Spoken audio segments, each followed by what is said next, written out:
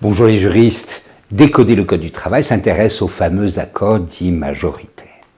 Alors c'est Léa qui est déléguée syndicale d'une organisation représentative avec 46% aux dernières élections dans son entreprise. Elle participe à la négociation d'un avenant sur l'accord d'entreprise relatif au télétravail, mais ne le signe pas et deux autres négociateurs, eux, le font.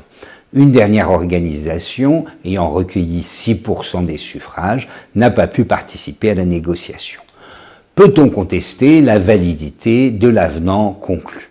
L'une des conditions de validité d'un accord collectif d'entreprise, c'est d'avoir été signé par une ou plusieurs organisations syndicales représentatives ayant recueilli plus de 50%, au moins 50%, aux dernières élections dans l'entreprise. C'est ce qu'on appelle la majorité d'engagement. En pratique, on parle d'accord majoritaire.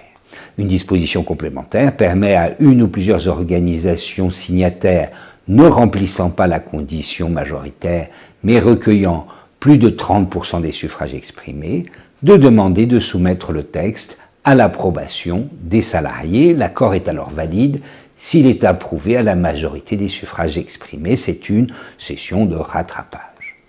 Donc, si aux élections, la liste Léa a recueilli 46% et une autre 6%, les deux autres listes ne peuvent avoir atteint 50%.